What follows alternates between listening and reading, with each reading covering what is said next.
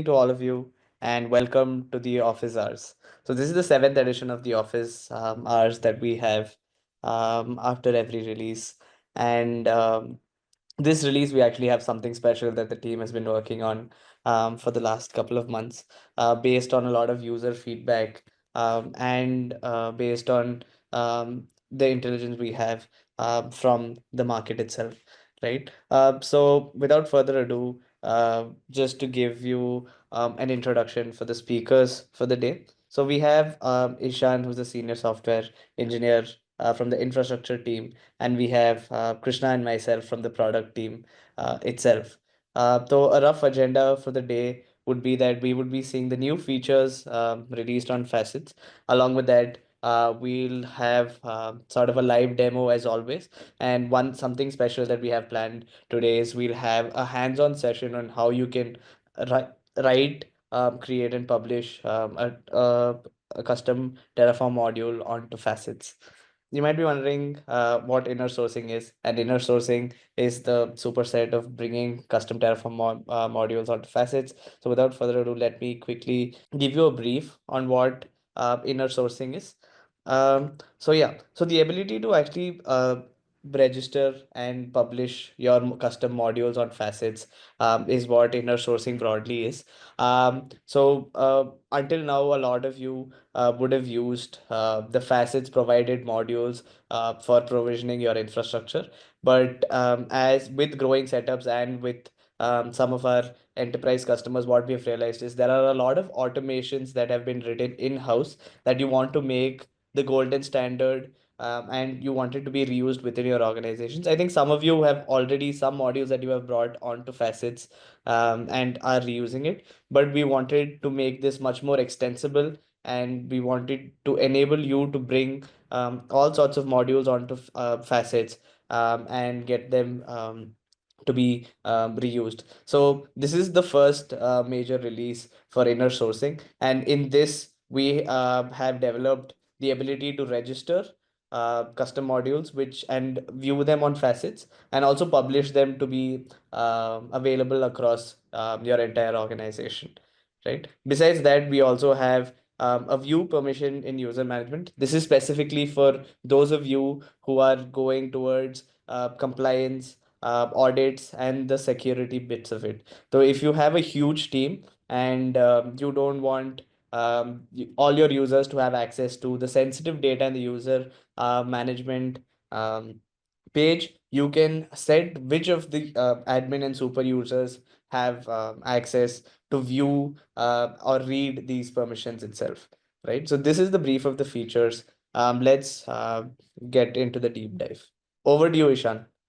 In order to give a guide of this inner sourcing as a feature, so we have created a GitHub repository which contains the examples, a few basic and a few even complex scenarios, examples on how to use this, how to leverage this feature altogether. And we have also addressed a few concepts, the few facets, terminologies as part of the README documentation.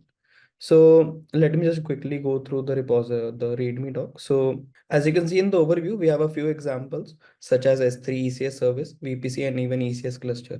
The agenda of today's office hours is like we will try to publish a simple module, which in this case would be S3. Maybe in the subsequent office hour session, we will try to discuss a few complex scenarios where we are trying to take an input from any other module and so on. So for now, let's just start with a simple independent module, which in this case is S3. Before getting started, I would like to brush up on a few concepts. I guess most of you guys are already aware of it, so this won't take much of your time. So first of all, the blueprint. Blueprint is nothing but it represents the architecture of any cloud application. And it is right now stored in a GitHub repository, as you can see in your own control planes. And blueprint consists of a list of several resources that are linked to each other. So these blueprint resources, you can consider them as a JSON object. The structure of these JSON is like it will have a kind, a flavor. Kind basically specifies the intent of the module. Flavor indicating the implementation, version, and the spec. So any blueprint resource represents a underlying Terraform module in facets, and you can So basically the JSON object of the blueprint, let me just show you what I mean with the blueprint resource. So if I open up a project and let me try to open any resource. So over here, you can see this as a tempo resource of intent help. So this is what I mean with the blueprint resource and the JSON object. And this entirely represents the your Terraform module behind the scenes. And you can, any day you can extract out any variables from this JSON with the help of the Terraform module var.instance, instance, which we will discuss in the third point is the intent. So intent tells the types of the resource. So it represents the specific capability of a function that a model is designed to provide, such as MySQL, Postgres, or maybe a service. So I can have a service that can be of different flavors, meaning that the end functionality that my Terraform model is providing, it can be a service, it can be a DB, let's say in this case, so it can be a MySQL or even a Postgres. So the function or the capability can be MySQL, Postgres, or a service, respectively. Now, flavor means the specific implementation of an intent. So let's in the case of MySQL, the implementation of a MySQL can be of RDS, can be of Aurora, and like in the case of AWS cost, and we can even have the function implementation in the GCP or even the Azure clouds as well. And we can even host implement it in our Kubernetes cluster. So the flavor differs accordingly. And similarly, we have versioning. So version indicate the iteration or the release of a flavor. So let's say I have a flavor and upon doing the update on that particular Terraform model, I introduce a breaking change. In those cases, I might need to bump up my version of my Terraform model. So version then comes in handy. So while writing a Terraform module, this is a basically a typical directory structure that must need to be followed. So any module will have a facets.yaml file. It is nothing but it contains the metadata and the configuration of the module, and rest will be the Terraform files respectively. And it can even have a README for the documentation purposes of what the module does. And it also has a test directory with, and inside the test directory, we can have some Terraform files, which with the help of which we can test the module locally. Let me just quickly go to my IDE and show you how this works. This is the same repository, and let me just open the S3 directory. And if I open this, so you can have, there are several Terraform files. Although it is not necessary, these files are needed to be in this name. They can be in any name. So, but as a standard Terraform practice, we have the main.tf file that will have the main logic and the outputs, basically which will be exporting the outputs from the Terraform model, and these can be any day consumed by the other intents as well. As mentioned, the facets.yaml will have the configuration and metadata of what the Terraform model does. So it has an intent, the name of the intent, flavor, and the clouds, basically on what all clouds it has supported. And then you need to specify the version of the Terraform module in the YAML itself. The spec, now this spec is basically nothing but a schema uh, on of how it will be represented in a form. So let me just go back to the control plane. And as an example, if I just explain it to you as a Helm. So if you open any Helm resource, if you try to configure it, you will get a form. And this form is rendered by nothing with the help of the spec object itself. And it follows certain schemas, and any for every model, it will be different. And accordingly, the form will be generated. Then next, it will have a sample. Sample is nothing. It will have a sample resource with which the initially the blueprint resource will be created, and it will then be changed by the customer eventually. Yeah, next coming to the main.tf file, which has the main, logic, the Terraform logic. Since this is a S3 module, it is creating a simple S3 bucket and based on a few parameters. So although in facets Terraform module, you have the capability to uh, work, work freely with your own Terraform module, but the module requires a fixed set of variables, and these are the list of the variables that we are exporting along with the module. This is a fixed set, and it is like instance. It is nothing but, as I previously mentioned, it will be the JSON representation of a resource. Let's in this in particular case, the entire JSON object of this tempo will be accessible through the variable instance. The instance name is nothing but the architecture name of the resource with which it is defined in the blueprint. In this case, it is coming out to be tempo. And next, the environment. Environment is a variable. Environment is nothing but it contains the environment metadata information, such as the environment name. So inputs, I'll probably discuss this in the subsequent office hour sessions. But yeah, right now, this is nothing at a high level. It is just that if this S3 model requires any input, then this variable comes in handy. So if I go back to my main.tf file again, you can see I'm trying to create an S3 bucket. Now, since the S3 bucket is a globally unique resource, that is why my bucket naming convention is like this, wherein I'm prefixing a unique name of the environment to the to my instance name. Why? Because I want it to be unique across my projects and even across my environments as well. Just to, for the sake of the uniqueness, what I'm doing is I'm generating the name based on the unique name of the environment and then appending the instance name, basically the name specified while creating the resource. It's in this case, it is coming out to be tempo. And then I'm appending a random suffix string of 4 length so that it comes out to be unique. Next, I can even configure it, like I can make the ACL private, and which can be determined from the from the spec of the blueprint resource in ACL. And if it is not specified, by default, it comes out to be private. Next, coming to the versioning. If versioning is specified, then it will pick up from that blueprint resource. It is else it is defaulting to be false. Yeah. And coming to the server side configuration, you can specify it has the capability with which you can specify the SSE algorithm. And by default, it is coming out to be AES 256. Now, if I go to outputs, technically speaking, with facets, you can export, with a facet Terraform model, you can export any output. But by default, it is assuming two outputs, which is basically interfaces and attributes. So these are like, this is a requirement, and it automatically generates this output block with the help of this local variable. So it is mandatory for every Terraform, every facet Terraform module to have these local variables. And with the help of these variables, we are automatically generating the interfaces and outputs or of any intent. In the case of S3, we are exporting the attributes as bucket name and ARN, which will contain the bucket name and the ARN of the bucket respectively. So this is a high level architecture of the S3 module. And let me just try to test it out. For the sake of testing, what I'll do, I'll just navigate to my test directory. I will open this in my terminal. And let me just explain let me just explain the test dot main.tf file in the test. So this is nothing. This will just call my module in the previous directory, which is my basically the main Terraform module. And I'm passing the relative relevant fields here. So over here, the test.json is nothing but my blueprint resource only that I'm about to test locally. Let me just try to test it out locally. I'll be doing a Terraform init. It will just initialize my test directory. Yeah, now it is initialized. Now if I do a Terraform plan,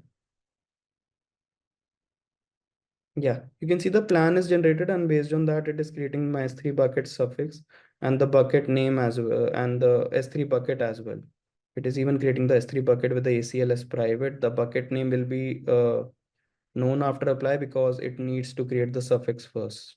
And you can see that the versioning should be the SSE algorithm is coming out to be AS256 and the versioning is enabled as per my test.json file, which is this. Versioning is set to 2 and ACL is private. Now, with this, although I've done the plan, I will apply it and test it out. But consider that now I am happy with my local testing. Now I should, proceed with uh, sort of plugging this to my facets control plane. Now, let me just go back to the documentation again. I've explained all the variables, all the Terraform directory structure. Now, as part of the module publishing workflow, there are 3 points that are needed to be considered. Sorry, publish a model as a preview, then publishing the model and enabling the preview models. With the help of this command, I can publish any Terraform model to my facets control plane. I'll just specify the relevant fields here. The control plane URL,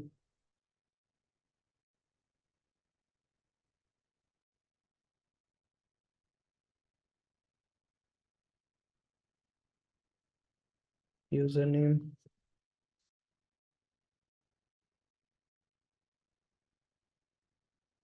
token. Okay, let me just generate the token.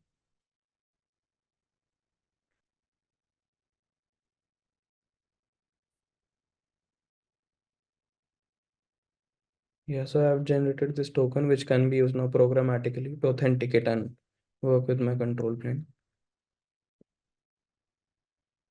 And since I'm in my test directory, I'll give it as this.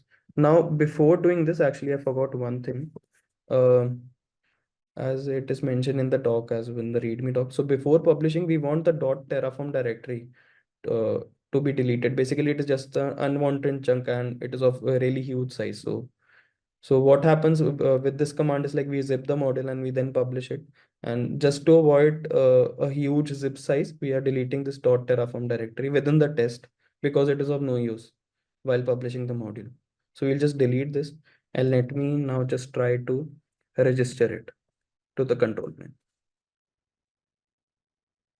Now, as you can see, I got the message as file successfully uploaded. And basically, with this, what I mean is that uh, this module is now published to the control plane.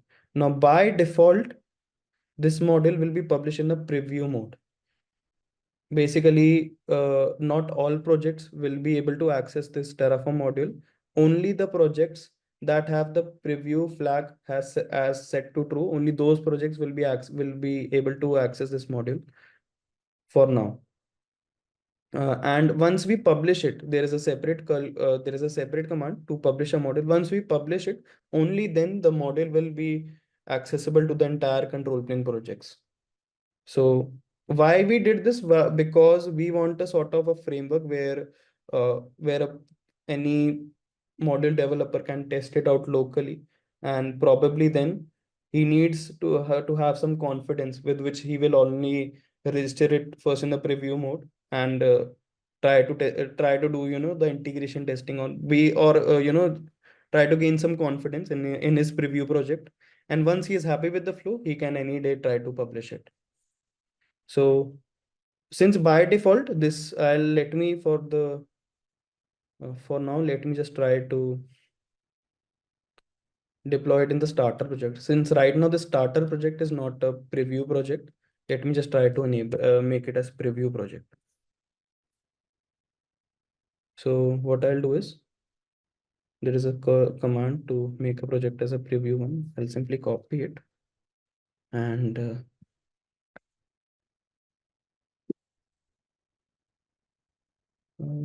yep, I'll pass in my username again.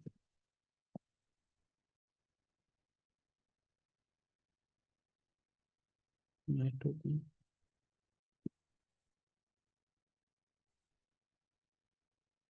Project name is nothing but the project ID, which can be picked from the link. In this case, it appears to be starter project demo. And I'm setting this flag to true. Basically, I'm allowing all the preview modules in this project. Let me just do it. Now, since this is done, I'll now reload my project. And now I'll try to this model is registered and it should be now accessible within my starter project. Now let me just try to create a resource out of it. S3. Now, once I've clicked it, yeah, you can see the new flavor basically in my facets.yaml has specified the flavor as office hours for the purpose of this demo. So you can now see it appears to be visible.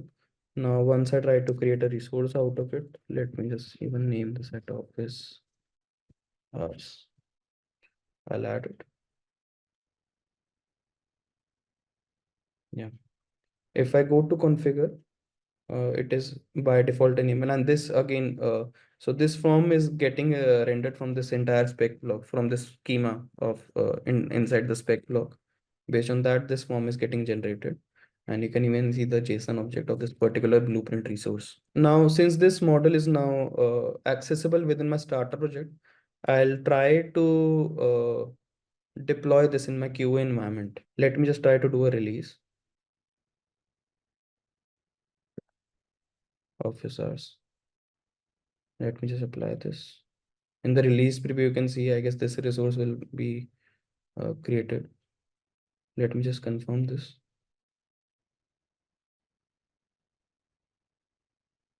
Yeah, so the release is in progress. And meanwhile, let me just show you the command on how to publish it. Uh, Meanwhile, let's discuss the other parameters basically. Yeah. Now, since these are the basic commands, basically these are like calling the underlying APIs of the control plane. We can even integrate this module publishing workflow as a part of any CI system, as a part of any CI workflow. And the best recommended practice is as follows, where we will push any change to a feature branch, and where over there we'll mark the module as preview. We'll test it in any preview project. Once we have the confidence, we'll merge it to the main branch and then publish it as a stable version, the same preview module. Now heading back to my release.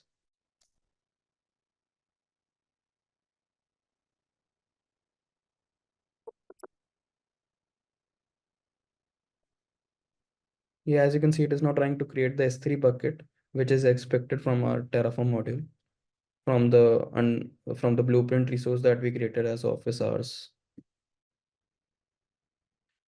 Yep, I think it has created now. So the release is complete. Now, since we are happy with the workflow, I guess we need this particular module to be accessible with all the control plane projects, right? So just to do that, we'll try to publish this module. This is the command to publish it.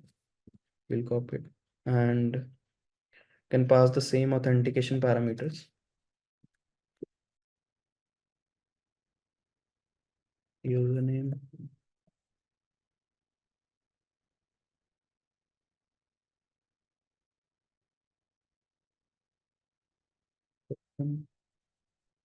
Yeah, so now I'll pick the module contents from this particular YAML only. The intent appears to be S3. Flavor is office hours. And the version is 1.0. 1 second. Yep.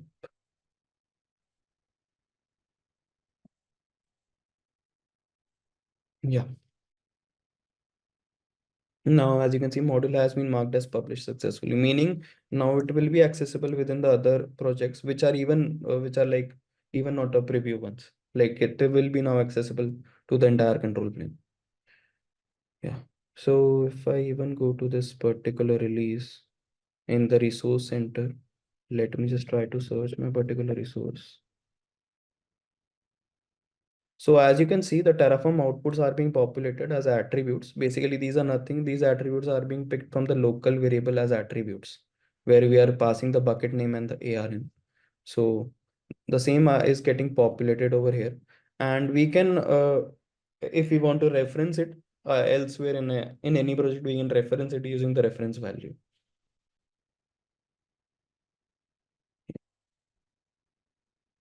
Um, yep, I guess that is all. So we have just tried to register and even publish a module to the facets control plane.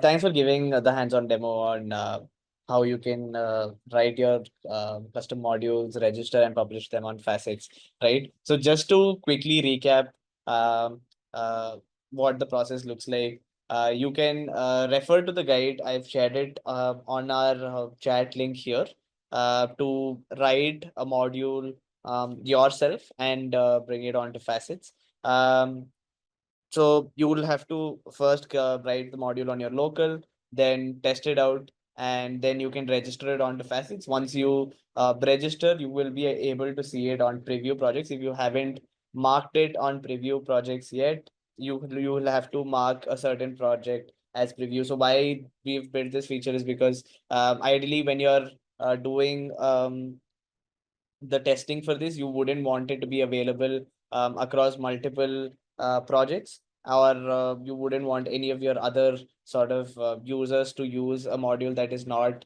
the golden standard yet, right? So after this is done, you can sort of see the module, launch it on an environment on facets. Once you have verified the outputs and it's working correctly, you can go on to publish it using the curl commands itself, and post that you can use this module across your entire organization. So this is the first cut of inner sourcing that we've released. We are working on a bunch of enhancements for the same feature, which you will be seeing in our upcoming releases. We would really appreciate feedback from you guys on inner sourcing and the on writing Terraform modules, and we would love for you guys to use it and give your feedback itself. Now on to the next feature. Over to you, Krishna. Yeah, thanks, Adi. So recently we have enhanced the facets functionality related to user management by introducing explicit read permissions for the four categories related to user management, which is basically user group, resource group, and roles. So previously, all users implicitly had the read access for all of these four tabs and thus the user management card. But now read is an explicit permission for these four categories, where this permission can be granted or withheld depending upon your use case, which will provide you with better control over the visibility. We have also introduced a clear permission hierarchy for these four categories. So basically, write is greater than delete is greater than write is which is greater than read. So which that particularly means that when you give write and delete, automatically it will inherit the read permissions. So let's say if a user does not have explicit read permission for any of the four categories, then the user management card itself would get disabled for that user. So this basically ensures that whichever user is not supposed to access the user management functionality, they are restricted for even viewing the data over there. And these changes basically enhance your security by implementing the principle of least privilege. It also addresses compliance issues by ensuring that the data which is there in user management is controlled and basically it's implicit rather than it being implicit and uncontrolled. And the hierarchy simplifies the user management where you don't need to worry about the depending permissions. It is automatically handled in the UI itself. So I'll just share my screen and give you a quick demo of how it would look like. So these are the four categories that I was talking about in user management: users, roles, user groups, and resource groups. And we have added these all four categories had their write and delete permission already. So now we have added these four permissions, which are basically read permissions for all the four categories. And the hierarchy part that I was talking about is basically if you don't give read permission, you directly give write permission, then read would automatically get checked in order to maintain consistency, and same is for delete as well. So this hierarchy we have introduced in all of these four categories. And just to make sure that your existing roles are not affected, we have added the read permission in all the roles that had write and delete. So you won't have to worry about your existing roles. But if you need to revoke these permissions, that part you will have to do manually in your existing roles. What I've done is I've just given a read permission and write permission for resource group for one user for the purpose of this demo. And in for one user, I have revoked all the four read permissions just to show how it would look like. So this particular user does not have any of the read permissions. So the user management card itself is disabled and he won't be allowed to get into it and view the data. And for this user particularly, what I have done is I've given the resource group write, delete, and read permission so that let's say the user group is already assigned to the user and there's a resource group that is attached to it. But I want my users to keep updating their resource groups when they add new resources in the blueprint. So what I can do is I can just give access to resource groups to them and restrict access to all other tabs. Whenever they add a new resource to their blueprint, they can come here and update the resource group if they need to. So this ensures that whatever tab needs access, only those tabs are given access. Uh, so this ensures you have better control over the visibility. And just one last thing that I want to recommend you is to switch to new UI. So whatever new features that we are shipping since a new UI is launched are made in accordance with the new UI. So I would recommend you all to switch to new UI and share feedback if you have any related to the new UI and the transition. If you face any issues and any friction points, we'd be happy to know. Yeah, I guess that's it. Let me know if you have any questions in the chat. And over to you, Adi. Thanks for giving us an overview on that, Krishna. And yes, guys, as we're coming to the end of this session, thank you guys for joining. and we would really love for you to try out these features and give us feedback. And if there are any other features that you would want us to cover in the next office hours, or you would like a demo or assistance from the Facets team, please feel free to drop it in the chat box. Or you please feel free to DM any of us from the Facets team itself. Until next time, thank you guys for joining. See you.